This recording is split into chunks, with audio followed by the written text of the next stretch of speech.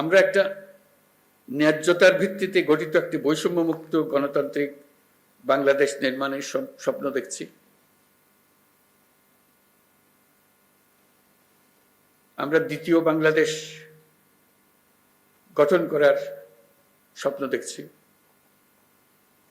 জুলাই গণ অভ্যুত্থান আমাদের সেই সুযোগ করে দিয়েছে। এই সুযোগ যেন আমরা না হারাই। এই সুযোগ হারালে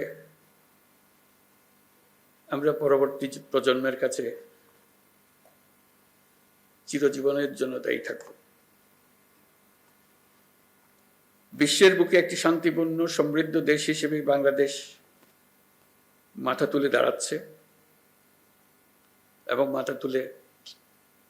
মাথা উঁচু করে রাখবে সবসময়।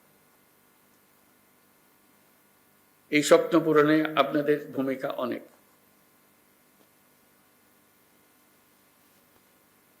আপনারাই এই স্বপ্ন বাস্তবায়নের মূল শক্তি।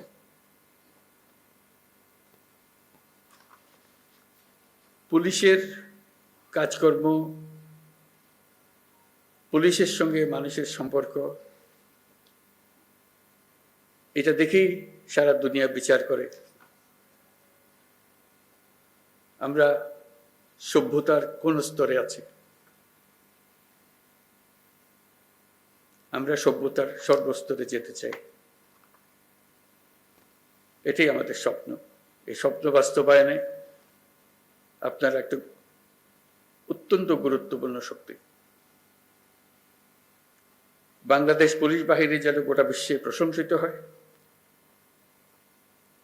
দেশের সকল মানুষের কাছে প্রশংসিত হয়, এই প্রত্যাশা নিয়ে আমার বক্তব্য শেষ করছি।